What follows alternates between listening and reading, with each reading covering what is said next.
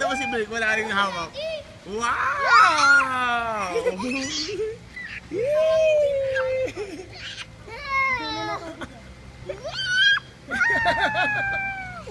Pag-iwalay mo, Ray. Eh, hindi pwede kasi nagkakapitan nga yung dalawa. Ayun, oh. Eh, nakakapit pala si Blake kay ano. Okay, oopsie. Okay. Yan. So, no. Teka, bibitawan ko ha. Ready? Okay, go.